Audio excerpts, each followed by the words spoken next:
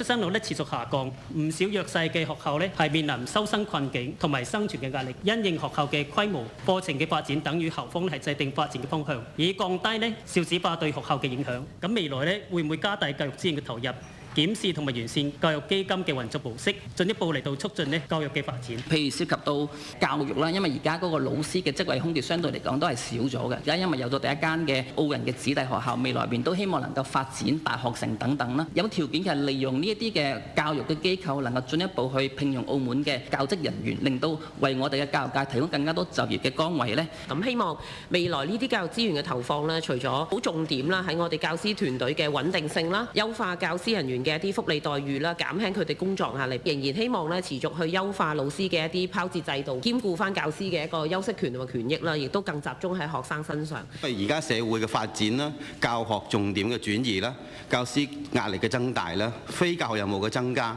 而且國家嘅產業升級同埋澳門出生率嘅下降呢啲因素咧，其實都對成個教育咧係造成一個衝擊。司框能夠盡快去修訂啦，聽教育界嘅意見啦，去落實教育興澳嘅戰略。司框行咗10幾年，我哋覺得